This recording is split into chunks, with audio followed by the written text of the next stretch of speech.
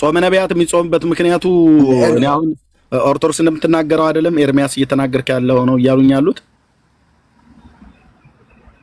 ያልቃል ጾም ብላ ግን አባቶቻችን ሐዋርያት ነቅርታ ነቢያት ይጾሙ የነበረው ወይም በዘመናቸው ይናገሩት ትንቢት ይናገሩ የነበረ የክርስቶስን የመሲሁን መምጣት ከሆነ በዘመናቸውም እየጾሙ ከነበረ አለች ቤተክርስቲያን። እኔ እንደምረዳው ነው ከተሳሳትኩ አባቶቼ ስለሚያርሙኝ ማለት ነው። እየጾሙ ከነበረ የገናን ጾም እኛስ ምን ብለን እናክብር አሉ አባቶች። እንዲያ ከሆነማ አባቶቻችን 40 ጾመው የተቀደሰ ነገር ጽላትን ያህል ተቀበሉ። እነ ኤልያስ የ40 ቀን ጉዞ ተጓዙ። ሌሎቹም አባቶቻችን ጾሙ፣ ከመከራው አለፉ። ከመከራው ያሳለፈን ክርስቶስ ስለሆነ ሲወለድ ዝም ብለን ነው የምናከብረው። መቼም ዛሬ ነገ ይወለዳል ብለን እንደማናከብረው ታውቃለህ። አንድ አባቶቻችሁም መግለጫ ይሰጣሉ፣ ሌሎቻችሁም ሲሰጡ እናያለን። የታኅሳስ 28 ሊሆን ይችላል 29 ሲሆን ማለት ነው። ያኔ ዝም ብላችሁ ልደቱን ከምናከብር ጾመን እናክብረው አሉ። እነማን እንደጾሙት እንደነ ሙሴ 40 ቀን፣ ሌሎቹም አሉ። የእነ አብርሃም ሶርያዊ ነው፣ ሌላ ታሪክ ስለሆነ 4 ቀን የተጨመረችው እሷ ናት። እነዛን ጨምረን እንጹም። ለምን ጾሙ ቢበዛ ነው ከመብላት መጾም ይሻላል፣ ወይም ለጾም አሉ ተብሎ በአባቶቻችን በ318 ሊቃውንት የተቀመጠ በፍትሐ ነገሥቱ አንበበ ከሆነ ብዬ ነው ስለተቀመጠ መጾም ይሻላል ከመከራው የምናልፈው፣ ወይም ክርስቶስ ሲወለድ ዝም ብለን እንዲሁ ከምንቀበል አባቶቻችን 40 የጾሙትን 40ውን ቀን እንጹም አሉ። ነገር ግን ከክርስቶስ መምጣት አስበው ስለሆነ ነቢያት ይጾሙ ይጋደሉ። በፈተናው ጊዜ ኤርሚያስ በስደቱ ጊዜ ይጾሙ የነበሩት ጾምንም አውጀው ይጾሙ የነበሩት መከራው እንዲያልፍላቸው ክርስቶስ የመከራውን ያሳልፍላቸው መሲሁ ሲመጣ ስለነበረ ያን ሁሉ ታሳቢ አድርገው ነው ይጾሙ የነበረ ብላ ቤተክርስቲያን 40 ቀን ደንግጋ ታጾማለች ነው እያልኩ። ነብዩ ኤርሚያስ የቱ ጋር ነው መከራ 2 ጊዜ ተናገሩ በስደት ምናምን ብለው አሉ። ነብዩ ኤርሚያስ በስደት መከራው እንዲያልፍለት የጾመበታል እንዴ? የት ተሰዶ ነበረ ኤርሚያስ? እና አስቴር በስደት ጊዜ አይደል የነበሩ? ኤርሚያስ ነው ያሉት የጠቀሱት ኤርሚያስ ነው። ባቢሎን ምርኮ ጊዜ የጠቀሱት ኤርሚያስ ነው። ማዶት ኤርሚያስ ብለው 2 ጊዜ የተናገሩት እኔ ቅድም ሲናገሩ ዝም አልኩኝ። ኤርሚያስ ስደቱ መከራው እንዲያልፍለት ነው ብለው አሉ። ኤርሚያስ የት ነበር ስደት የገጠመው? ከዛ መከራ እንዲያልፍ የቱ ጋር ነበር የጾመው? ምዕራፍ ስንት? ከ52 ምዕራፎች የእውቀት ችግር ሊሆን ይችላል። ጥቅስ መጽሐፍ አጠገቡም ስለሌለ ላላወጣልህ እችላለሁ። ይቅርታ፣ ችግር የለውም። ታሪኩን ከነገሩኝ እኔ ያጾሙበት ዘመን ስለሌለ ብዬ ነው። እነ ዳንኤልም ጾመዋል። አይ ኤርሚያስ ነው ያሉኝ። ኤርሚያስም ብለው ስላሉ ዞርም እስከማለት የተናገሩት የዳንኤልን አይደለም። ኤርሚያስ በስደት ብሎ 2 ጊዜ ስለተናገሩ ኤርሚያስ ተሰዶ ከመከራው ስላላወቁት ይሆናል። አፌል መጥቶ ተናግረው ሊሆን ይችላል ብዬ ነው። ያ እሺ፣ ቴንክ ዩ። ኤርሚያስ በስደትም ሆኖ ከመከራው እንዲያልፍለት ጾመ ብሎ የሚል የመጽሐፍ ቅዱስ ክፍል የለም። ኦኬ። ዳንኤል ያው ይታወቃል በባቢሎን ላይ ነው። ስለ ኢየሩሳሌም ከተማ መፍረስና ስለ አይሁድ ሕዝብ መበተን እሱም እዝራም ነህሚያም በየተናጠል ጸልየዋል፣ ጾመዋል። አስቴርም እንደዚሁ ከነ ሞርድካይ ጋር ጾማለች ማለት ነው። ኦኬ። የገና ጾምን እንግዲህ የነቢያቱ ይወርዳል ይወለዳል ብለው ሲጾሙ ነበር የኖሩት እና እኛም ደግሞ እንጾመዋለን ብላ በሚል ለቤተክርስቲያን የምትናገረው ግን ከብሉይ ኪዳን ነቢያት እርሶም አሁን እንዳሉት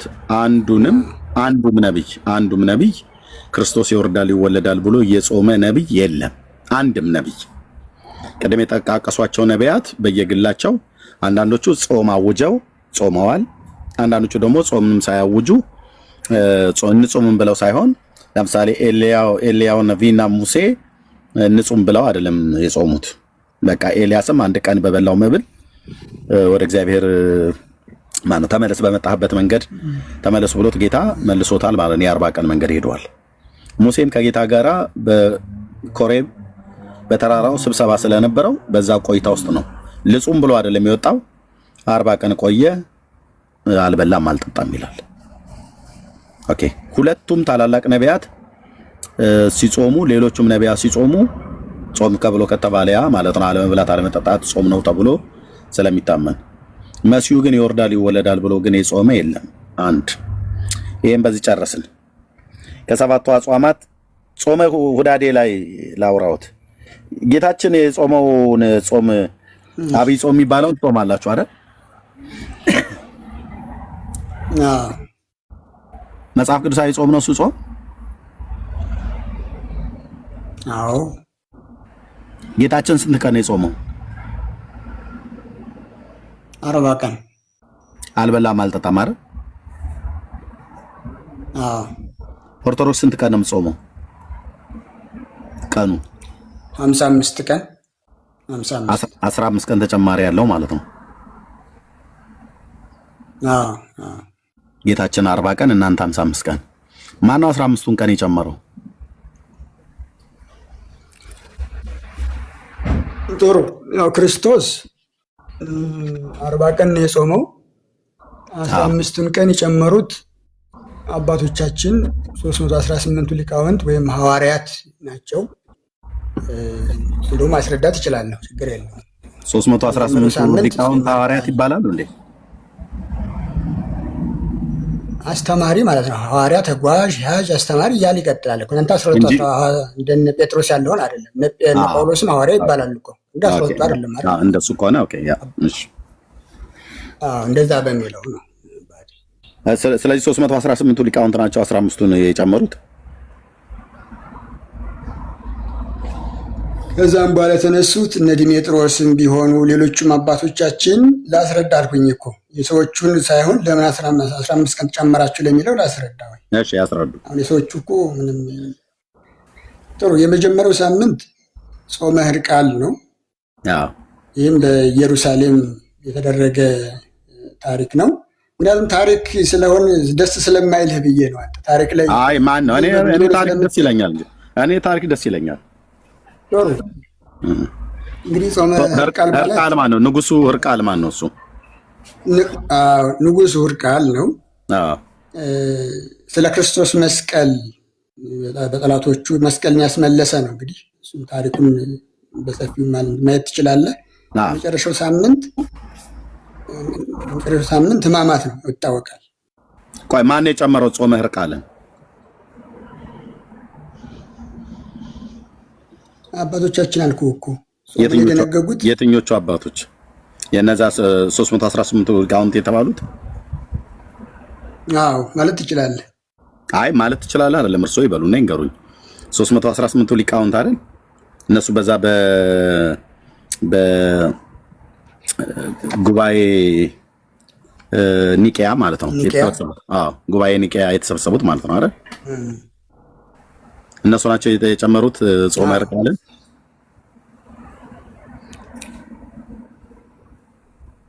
ምን ያረግ አሁን ቆይ ማዶትዬ ምን ያረግ ንጉሥ ሕርቃል ጾሙ ከጌታችን ከኢየሱስ ክርስቶስ አብይ ጾም ጋር ምን ሊያረግ ገባ? ማን ያስገባው? በፊት እኮ ነው እኮ ማን ያስገባው? በፊት ነው። ማን ያስገባው? ሳምንት ነው እኮ ልክ ነው። የመጀመሪያው ሳምንት ጾመ ሕርቃል ከዛ ዘወረደ ምናምን ነገር የሚባል አለ። እሱ አይደለም የጠፋኝ። ማን ያስገባው ነው? ሐዋርያት ይሄን ደንግገዋል። የበጉ ሐዋርያት 12ቱ ይሄንን ሰውዬ ጾመ ሕርቃል የንጉሱ የሕርቃል ጾም ተብሎ የሕርቃል ጾም ተብሎ እንዲገባ አይ ቲንክ ከሜዶናውያን ጋር መሰለኝ የተዋጋው። ታሪኩ እንደዛ ነው የሚናገረው። የፐርሺያ ማለት ነው። በቃ እሱ ነው እኮ እኮ ማን ያስገባው? ጌታችን ጾም ላይ ማን የደረበው? 15 ቀን ኦርቶዶክስ ጌታችን 40 ቀን ጾሞ 40 ቀን አልበላም አልጠጣም ይላል ቅዱሱ ቃል። ኦርቶዶክስ ግን 15 ቀን ጨምራበታለች። የጨመረችው ግን የእናቱ ሕርቃልን ጾም ሁሉ ነው የጨመረችው። ማን የጨመረላት? ማን ነው ጨምር ያላት ነው?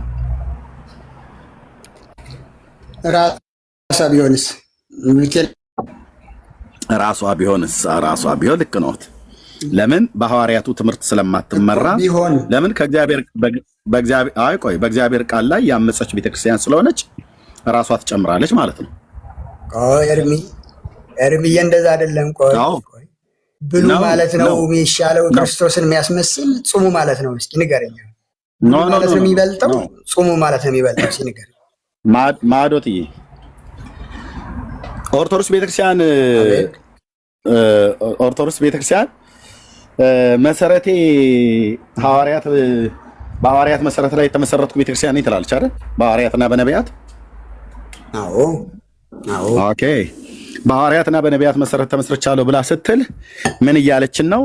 በቅዱሳት ነቢያት፣ በብሉይ ኪዳን ቅዱሳን ነቢያት በተተነበየና የሁላችን ጌታ በሆነው በእግዚአብሔር ልጅ በኢየሱስ ክርስቶስ ቅዱሳት ሐዋርያት በተጻፈ በመንፈስ ቅዱስ ኢንስፓየር እያደረጋቸው በጻፉት እስትንፋሰ እግዚአብሔር በሆኑት በቅዱሳት መጽሐፍት አምናለሁ እያለች ነው አይደል? መሰረቴ እሱ ነው፣ ቅዱሱ ቃል ነው፣ ብሉይና አዲስ ኪዳን ነው እያለች ነው አይደል?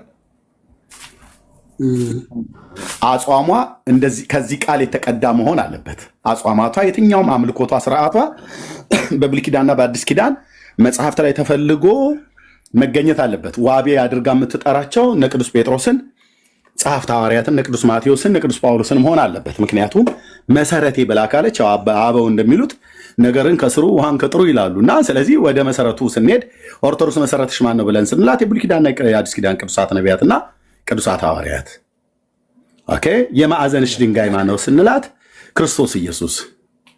እንደዛ ከሆነ አጽዋማትሽም ትምህርትሽም ሃይማኖታዊ ልምምድሽም በሙሉ የሚቀዳው ከየት ነው ማለት ነው?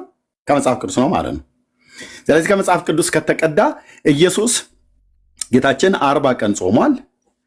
እሱ የጾመውን ጾም 40 ቀን እጾማለሁ ብላ ካለች ኦኬ፣ ቀኑን ሳታዛንፍ 40 ቀን መጾም አለባት። አሁን ግን እያደረገች ያለችው 55 ቀን እየጾመች ነው።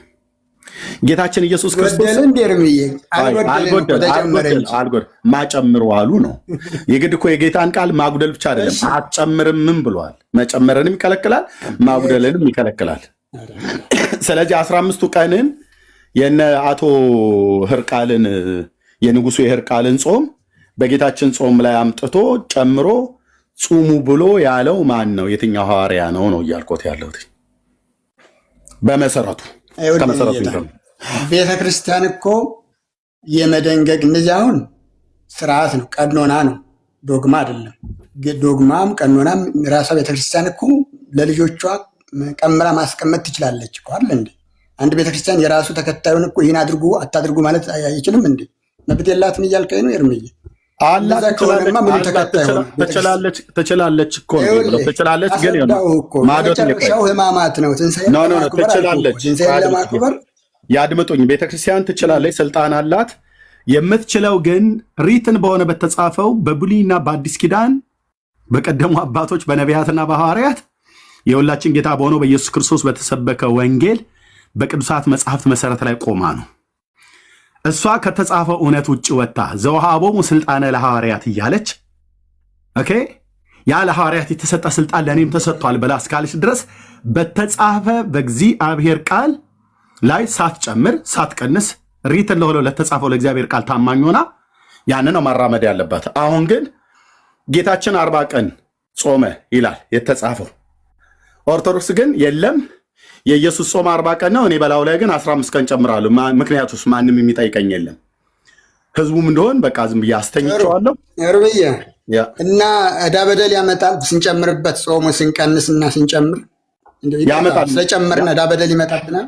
ያመጣል እንጂ ምን ብሎ እስኪ ንገረኝ። በምን መንገድ ጨምራችሁ ጾማችሁ ይላል እግዚአብሔር? በቃሉ ላይ አንዳች አትጨምር ይላል አይልም? ቃል ማለት ምን ማለት ነው? አይ ይተው እንጂ ቃል ማለት አንዳች አትጨምር የሚል ጾሙ ለምሳሌ ክርስቶስ 40 የጾምኩና 40 ጾሙ ብሏል እንዴ? ቃል ማለት ገብተህ እንደገና ደግሞ ቃል ማለት ሎጎስ ማለት ነው። ቃል ማለት ቨርብ ማለት ነው። አካላዊ ቃል አለ፣ ቨርብ አይደለም። አይ ንግረተ ቃል አለ ምናምን ነገር ብሎ የሚል ያድምጡኝ። ወይ እንደዛ በቃሉ ላይ አንዳች አትጨምር አንዳችም አታጉድል ይላል እግዚአብሔር ቃል። ካላወቁት አሳየታለሁ። የዮሐንስ ራእዩን ነው እንደዛ የምትለው? ዘዳግምና ምሳሌ ነው የምነግሮት። ራእይ 22 አይደለም የምነግሮት እኔ ዘዳግምና ምሳሌ ላይ። አሁን ችግሩ ምንድን ነው? ጾሙ በመጨመሩ እስኪ የሚያመጣብን እንዳ ነገረን። ምን ይላል መጽሐፈ ምሳሌ ላይ? በቃሉ ላይ አንዳች አትጨምር እንዳይዘልፍህ አንዳች አትጨምር ይላል። ኦኬ ጌታችን 40 ቀን ጾም ጨምሩ ቃል ነው ትለዋለህ አንተ። ያድምጡኝ።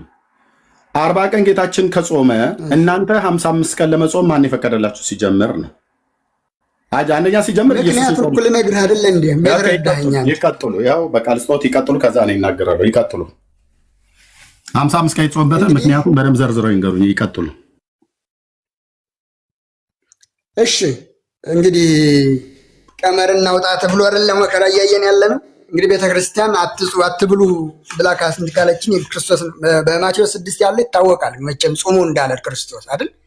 ግን ጾሙ ሲል እንደ ህገ መንግስት ነው። ህገ መንግስት ደግሞ ይተረጎማል። አባቶቻችን እንዴት ተረጎሙት? ስርዓቱን ያስቀመጡልን በሐዋርያት አባቶቻችን የተተኩ ሊቃውንት ቤተክርስቲያን እስከዛሬ የምትጠቀምባቸው የራሷን ቤተክርስቲያን የምትመራባቸው ስርዓቶች ይወጣሉ። ከዛ እየተቀዱ እንደ ህገ መንግስት መጽሐፍ ቅዱሱ ጾሙ ያለ ክርስቶስ ግን ምን በከምን እንጾም፣ እንዴት እንጾም፣ ስንት ሰዓት እንጾም የሚለውን ደግሞ አባቶቻችን ሊቃውንት ያን ቀመሙ አስቀምጠውልናል፣ ወይም ቀምሮ አስቀምጠውልናል። ከዘወረደ ቀጥሎ ያለው ቅድስት ነው። ከቅድስት እሁድና ቅዳሜን ብትወስድ ማለት ነው 15 ቅዳሜና እሁድ አሉ። ከዛ መሃል ምንቆጥራቸው ማለት ነው። እነዚህ እኛ የታዘዝነው እስከ 12 ሰዓት እንድንጾም ነው። ይህ የአፈጻጸም ችግር አለበት። አዎ ቤተክርስቲያን የምታዘውና እኔ የምፈጽመው ሰው ስለሆንኩ ደካማ ስለሆንኩ ላልፈጽመው እችላለሁ። 9 ሰዓት እበላለሁ። እውነት ነው። እኔ ጿሚ ነኝ አይባልም። ነኝ ተብሎ በክርስትና ስለማይታወቅ ነኝ ማለት ትዕቢት ስለሚያመጣ 12 ሰዓት ተደንግጓል። 9 ሰዓት የሚጾም አለ፣ 6 ሰዓት የሚጾም አለ። ኧረ ጠዋት የሚበላል እውነት ነው። ግን በዛ ቤተክርስቲያን ልትለካ አትችልም። 15 ቀናት አሉ። እነዚህ 15 ቀናት ቅዳሜና እሁድ መጾም ስለማይችሉ በዛ ተተክተዋል። አንድ ሁለተኛ የመጀመሪያው ጾመ ሕርቃል ለምንድን ነው የጾመው? ያው ቅድም ታሪኩ ስላነበብከው ስላልከኝ ነው። ካነበብከው ሰዎቹ ጾሙልኝ፣ ጾም ያዙልኝ፣ አረማውያን አሸንፈውን መስቀላችን ወስደውብናል ተብሎ መስቀል ለማስመለስ የተደረገ ጦርነት ነው። ስለዚህ ያን በጾምን ስለሆነ ያሸነፈው ያን የሚመለስ ነገር በህይወታችን ያጣነው ነገር ካለ በጾም ይመለሳል ብሎ አባቶቻችን ከክርስቶስ ጾም በፊት 1 ሳምንት ጨመሩ።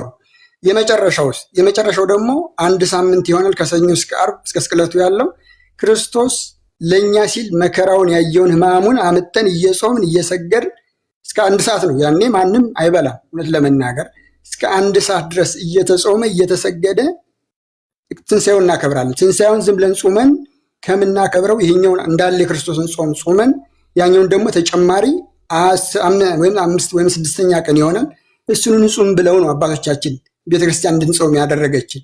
ስለዚህ እንብላ ከማለት እንጹም ማለት አይበልጥም ወይ? አሁን ጾምን እንደ ሌላ ኢሹ ተነስቶ ቤተክርስቲያን ትነቀፍበታለች ወይ? አሁን መጾምን የአፈጻጸም ችግር ከሆነ መመካከር ሲቻል ግን በዜሮ ማባዛት ይቻላል ነው? ነውር አይመጣም ወይ? እንዲሁ ምን ተችቡን እንደው ብናው ደስ ይለኛል ለመናገር። ቤካም ቤት ገብቼ አውቃለሁ። ቅድም አስቱ ስታወራ ነበርና ወደሚያግባባን ነገር ወይም ወደ አንድ ወደሚያመጣን ነገር እንደመምጣት በዜሮ አባዙ። ይሄ ትክክል አይደለም፣ ሁሉም ትክክል አይደለም ስንል ግን እንደው ዝም ብለን ሌላ ነገር ከሚሆን መጾማ ለምን ነውር ኑሮት ነው እያልኩ አለሁት። እሺ ጌታችን እናመሰግናለን። ጌታችን 40 ቀን ጾመ። ኦኬ ኦርቶዶክስ 55 ቀን ትጾማለች።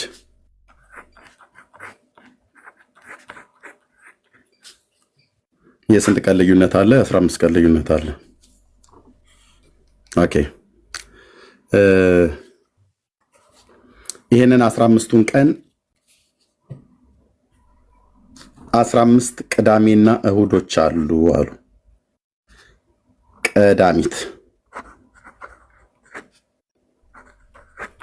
ቀዳሚትና እሁድ አሉ። 15 ቀናቶች ናቸው። እነሱ አይጾሙም አሉ።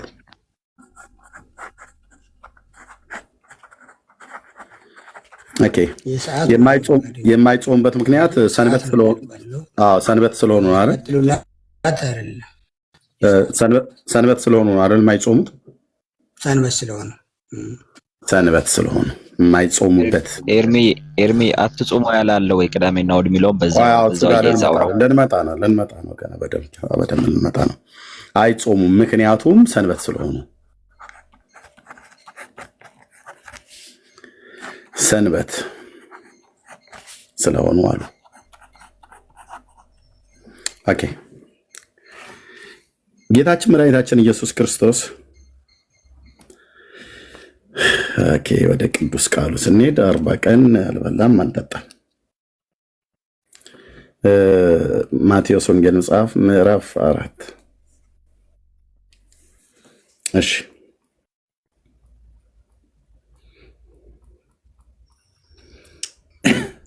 በዚህ ክፍል ላይ ጌታችን እንግዲህ 40 ቀን አልበላም አልጠጣም ጾም የጾምበት ወደ ምድረ በዳ ሄዶ ማለት ነው። 40 ቀኑ እናንተም ታውቃላችሁ እኛም እናውቃለን፣ አልበላም አልጠጣም።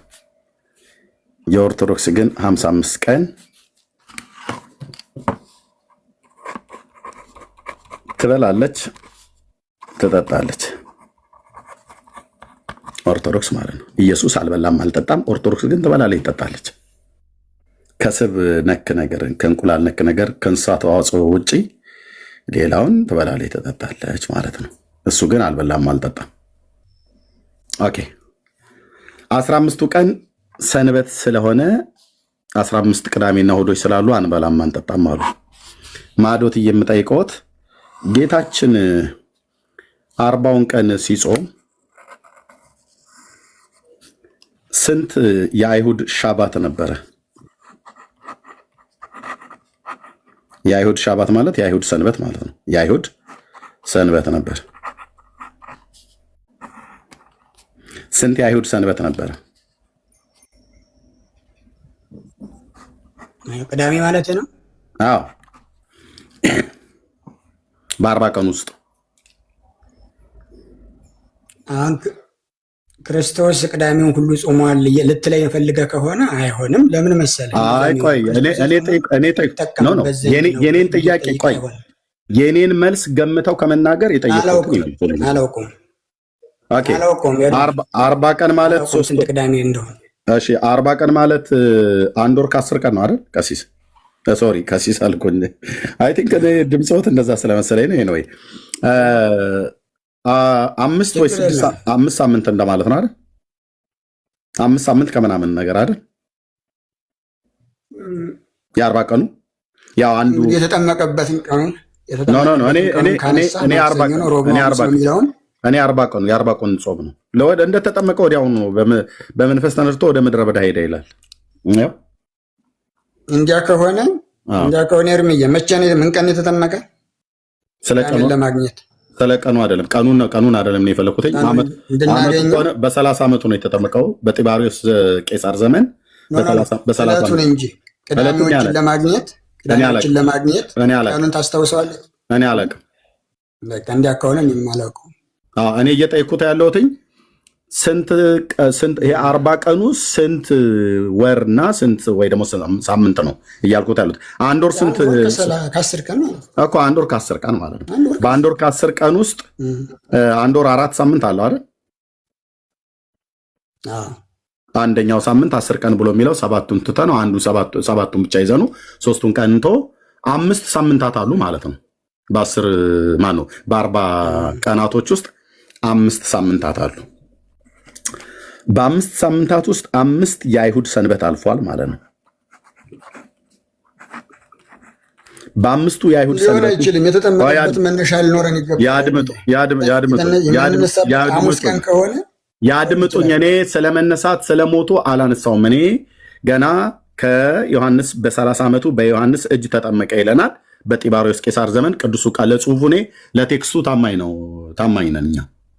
በቃ መጽሐፉ የተጠመቀበት ማክሰኞ ነው ሮብ ነው አይደለም ሐሙስ ነው የለም በፍጹም ሰኞ ቀን ነው ብሎ የሚል ክርክር ውስጥ አንገባም አይልም መጽሐፍ። በ30 ዓመቱ በጢባሪዮስ ቄሳር ዘመን እድሜው 30 ዓመት ሲሞላ አንድ አይሁዳዊ ሰው ለአገልግሎት የሚገባበት ነው።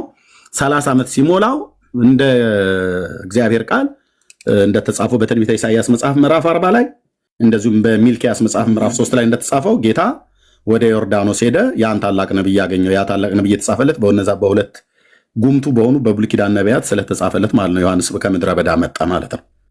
ስለዚህ በዮርዳኖስ በዛ ተጠመቀ። አሁን ቀኑ ማክሰኞ ነው ሰኞ ነው አይደለም ሮብ ነው። በፍጹም ሊሆን አይችልም ዓርብ ነው ስልህ ለምን መሰለህ እንደዚህ ያልኩት? እንደዚህ ያልኩት ለመሰለህ ቅዳሜዎቹን መወሰን አትችልም። ኖ ቅዳሜዎቹን ለምን ነው 40 ቀን ነው ጾመው። አይ አድምጡ ቆይ እሺ የእናንተ ተረት እንግዲህ ሲፈርስ እኔ ሙግቱን በሳቃ ሊሉት አይችሉም፣ አይገባም። ኦኬ ጌታችን 40 ቀን ነን ስቶፕ ነው የጾመው፣ ሳያቋርጥ ማለት ነው። ሳያቋርጥ ጾመ ውዴ ማለት ነው። እሺ በዚህ በ40 ቀን ውስጥ 5 ሳምንታት አሉ። በ5 ሳምንታቶች ውስጥ 5 የአይሁድ ሻባት ሰንበት ቀን አለ ማለት ነው። ይሄ ሰንበት በምን አወቅ? ያድምጡ ኤርሚ በምን አወቅ? ያድምጡ። በሳምንት ዓርብ ከሰዓት በኋላ ሰንበታቸው ይገባል። የሚያወሩት ከኤርሚያስ ጋር ነው። በምን አወቅ ብለው ካሉ ታናክ ነው፣ ብሉይ ኪዳን ማለት ነው። 6 ቀን ስራ ስሩ፣ በሰባተኛው ቀን ረፉ ብሎ ያለው የሳምንቱ የመጀመሪያ ቀን የተባለው በአዲስ ኪዳንም በብሉይ ኪዳንም ማለት ነው። የሚያወሩት ከኔ ጋር ነው። ልብ ይበሉ። ኦኬ በምን አወቅ ካሉ በቅዱሱ ቃል ነው። እኔ ጴንጤ ነኝ። ኦኬ ኖ ይቅርታ፣ እንደዛ ማለት ያድምጡኝ አልኩት። ቀደም ሲያወሩ ሰማሁ አይደለ? ቅዳሜ 5 ቅዳሜ ልትላት ትችልም። ያድምጡ። በወር ውስጥ ስንት ያድምጡኝ። እሺ እንደዚህ እንዳይሉ የኦርቶዶክስን ተረት ብትንትን አድርጌ ነው የማፈርሰው ማለት ነው። በምን በእውቀት ልብ በሉ። እናንተ 40 ቀን ክርስቶስ ጾመ፣ እናንተ ግን 55 ቀን ጾማችሁ። 55 ቀኑን 15 ቀን ጨምራችሁበት። ማን የጨመረው? የአቶ ህርቃል ሁሉ ጾም ገብቶበታል። አቶ ህርቃል የሚባለው ሰውዬ ማለት ነው። ማን የጨመረው? አባቶቻችን ብለዋል። እነዚህ አባቶች እነማን ናቸው? በኋላ እናየዋለን።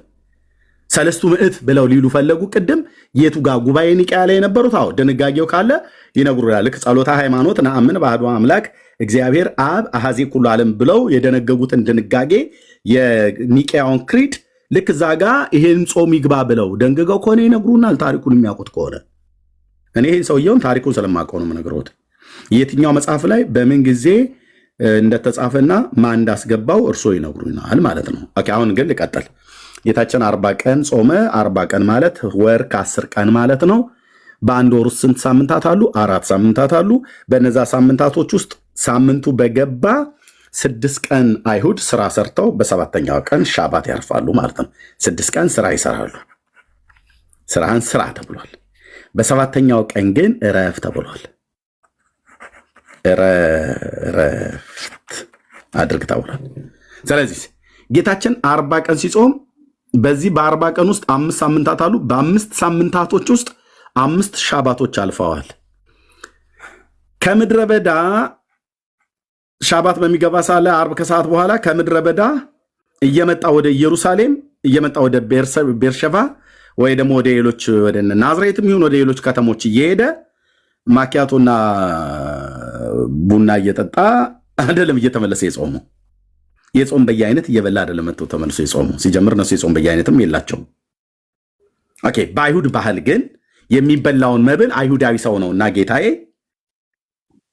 ከምድረ በዳ 6 ቀን እየጾመ በሰባተኛው ቀን ግን ሰንበት አይበላምና በሰንበት ይበላልና በሰንበት አይጾምምና በሰንበት ብሎ በመካከል እየመጣ ብሬክ እየወሰደ የሆነ ነገር እየቀማመሰ እየወረደ እንደገና ደግሞ በቃ በሳምንቱ የመጀመሪያው ቀን እሁድ ማለት ነው በእነሱ ተመልሶ እንደገና ደግሞ ወደ ምድረ በዳ እየሄደ 4ቱን ሳምንታት 5 ጊዜ ወደ ከተማ ብቅ እያለ እየጠየቀ እየጠጣ እየበላ እንደዚህ እያለ አይደለም የጾሙ። እናንተ እንደምታደርጉት ማለት ነው። ነን ስቶፕ ነው የጾሙ ማለት ሳያቋርጥ ማለት ነው። አልበላም አልጠጣም ይላል። ሲጀምር 40 ቀን አልበላም አልጠጣም። የኢትዮጵያ ኦርቶዶክስ ቤተክርስቲያን የኢየሱስ ክርስቶስን ጾም አይጾሙትም። እውነቱን ልንገራችሁ፣ በ100% የተረጋገጠ ማንም ጾሙ አያሳየንም። ሊጾሙትም አይችሉም። 4 ነጥብ። ጌታችን የጾመው ክርስቶስ የጾመው ለምንድን ነው? ለሰጠውት ነው። ሊጾሙ ለምንድን ነው? ምክንያቱን አይደለም እንደ ክርስቶስ ሁኑ እያልከን ነው እንዴ? ምክንያቱን አይደለም። ክርስቶስ ያልኩ አንሆንም። እባክዎትኝ አቋርጦኝ። ቅድም እንደሰማሁትኝ ጨርሼ ሲሰጡት እርሶም ደግሞ በረጅም ያወራሉ። ጌታ የጾመበት ምክንያቱ ምንድነው? እሱ ላይ እናወራለን። አሁን እናንተ በመጀመሪያ ለቀኑም ታማኞች አይደላችሁም። 15 ቀን ጨምራችኋል። አቶ ህርቃል የተጨመረው ጾም ኤክስ ነው እያልን ያለ ነው። ይሄ 15 ቀን የጨመራችሁትም ጾም ትክክል አይደለም። እናንተ ጌታ 40 ቀን ያድምጡ። 40 ቀን ጾመ ከተባለ ለ40 ቀኑ ታማኝ ሆናችሁ 40ውን ቀን እንኳን መጾም አልቻላችሁ። በቃሉ ላይ አንዳች አትጨምር እናም አታጉድል ነው ያለው መጽሐፉ። በቅዱስ ቃሉ ላይ ጭማሪንም ይከለክላል፣ ማጉደልንም ይከለክላል። እናንተ ግን አላጎደልንም እንጂ ምን አለበት ብሎ በሚል 40 ቀን ጾሙ ይላል። ኤርምዬ 40 ቀን ጾሙ ይላል።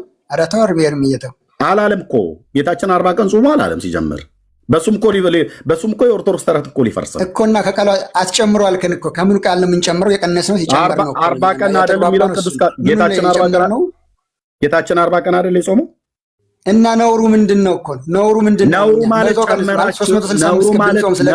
ምን ችግር አለ ከመብላት?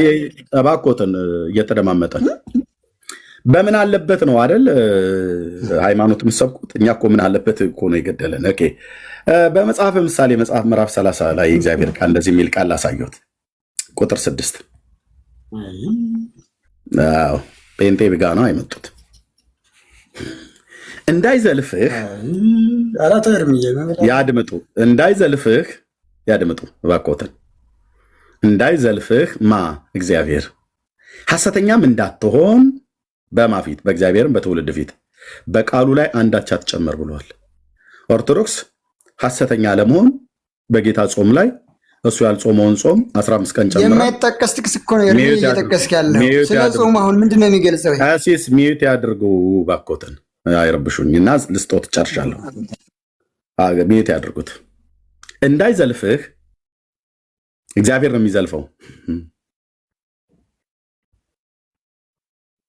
ሐሰተኛም እንዳትሆን በቃሉ አንዳች አትጨምር። 4 ነጥብ። ኢየሱስ 40 ቀን የጾመው፣ ኦርቶዶክስ 15 ቀን ጨምራ 55 ቀን ነው የምጾመው። ለምን? ሐሰተኛ ስለሆነች፣ ሐሰተኛ ቤተክርስቲያን ስለሆነች። ሐሰተኛ እንዴት ያስብላታል? በቅዱስ ቃሉ ላይ ጨምራለች። ስትፈልግ ታጎድላለች፣ ስትፈልግ ትጨምራለች። የምታጎድለው አሁን ከአርስታችን ውጭ እንዳይወጣ እንጂ የምታጎድለው ስለ ጌታችን ስለ ኢየሱስ ክርስቶስ ሊቀ ክህነት አገልግሎት በተጻፈው በአዲስ ኪዳን በብሉይ ኪዳን መጽሐፍት ጌታችን መድኃኒታችን ኢየሱስ ክርስቶስ የአዲስ ኪዳን ሐዋርያት በሙሉ አማላጅ ነው ብለው ጽፈውለታል። ልብ በሉ። አማላጅ ወይ ደግሞ ቃሉ ላይ እንዴት እንደጨመራቸው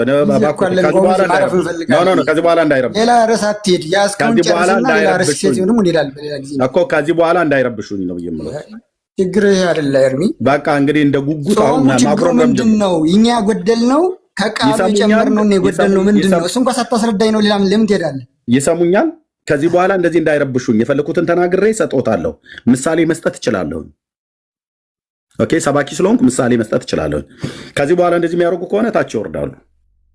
ኦኬ፣ እርሶ ሲያወሩ እኔ ጸጥ ብዬ ነው የሰማሁትኝ። እርሶ ግን እስካሁን ስንት ጊዜ ብሬክ ገቡብኝ እኔ ላይ። እኔም ሰጦታለሁ፣ ረጅም ያወራሉ። በኋላ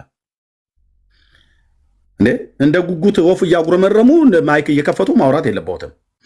በቃሉ ላይ ስለመጨመር የምናገረው ጌታችን 40 ቀን የጾመው ከጾሙ አልወጣም። ዛሬ 40 ቀን የጾመው መጽሐፉ 40 ቀን ይላል። ኦርቶዶክስ ግን 55 ቀን ነው የምትጾመው። የአቶ ህርቃልን ጾም ጨምራ ሁሉ ማለት ነው። የማናውቀው የሆነ አንድ ጢማም ሰውዬ በታሪክ ውስጥ አለ ብላ አምጥታ ጨምራለች። ማነው ጨምር ያላት ነው? በቃሉ ላይ አንዳች አትጨምር ተብሏልና መጨመሯን ለማሳየት እንደ ምሳሌ የተጠቀምኩትኝ ሐዋርያት ኢየሱስ አማላጅ ነው ብለው አሉ። ኦርቶዶክስ አማላጅ አይደለም ሞተን እንገኛለን አሉ። ሐዋርያቱ እኮ ብለውታል። ቢሉትም እኛ ግን አንለውም አሉ። እሺ ማርያምንስ አማላጅ አይደለችም? ሐዋርያቱ ማርያም አማላጅ ናት ብለዋል።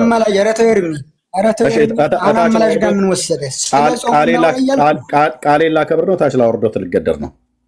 በቃሌ ታማኝ እሆናለሁ። እታች ይውረዱ። ምሳሌን የጠቀስኩት ምሳሌ ከጨረስኩ በኋላ ለሌሎች ወንድሞች እሰጣለሁ። በቃሌ ታማኝ መሆን አለብኝ። እርስዎን 18 ጊዜ እንደ ውሃ ቅዳ መልስ መክፈት የለብህ። ደግሞ ቄስ ናቸው፣ ልብ በሉ። ዋሽተው ነው የገቡት። ካህን ናቸው፣ ግን ዋሽተው ነው የገቡት። አይደለሁም ብለው ማለት ነው። እኔ ከፈለጉ የፈለጉትም ይሆኑ ማርያም አማላጅ ናት ብለው ሐዋርያቱ አላስተማሩ። ኦርቶዶክስ ማርያምን አማላጅ ናት እንላታለን አሉ። ሐዋርያቱ እኮ አላላትም፣ እንላታለን። ሐዋርያቱ አላሏትም እኮ ኦርቶዶክስ ያነባካችሁ እነሱ ባይሏትም እንላታለን። እንዲህ ሐዋርያት ያላሉትን አዎ እንላታለን አሉ። ማርያምን አማላጅ ናት አሉ። ኢየሱስን አማላጅ አትሉትም? አንለውም። ሐዋርያት እኮ ብለውታል። በፍጹም እኛ አንለውም። አረ ቅዱስ ጳውሎስ እኮ ብሎታል። እኛ አንለውም። አማላጅ ብሎ የሚለው ቃል ለእሱ አይቀጸልም። በዚህ ምንድን ነው የምታዩት? ማርያም አማላጅ መሆኗን የሚናገር መጽሐፍ ቅዱስ የለም። እነሱ ግን ጨምረው አማላጅ ነች ይሏታል። ኢየሱስ አማላጅ ነው ብሎ የሚለው የመጽሐፍ ቅዱስ ትምህርት አለ። እሱን ግን አንቀበልም ብለው ይቀንሳሉ ማለት ነው። ዚስ ኢዝ ኦርቶዶክስ። የተጻፈን ይክዳሉ፣ ያልተጻፈን ይጨምራሉ። የተጻፈን ይክዳሉ፣ ያልተጻፈን ያምናሉ። ኢየሱስ 40 ቀን ጾመ። የተጻፈ ነው።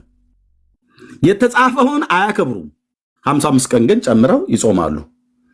ሲጣራ ግን የእናቶ ሕርቃል ጾም ነው።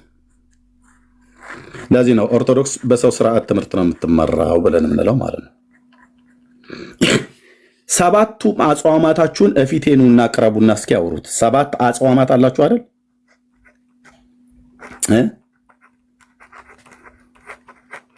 7ቱ አጽዋማታችሁ በዜሮ ይባዛል።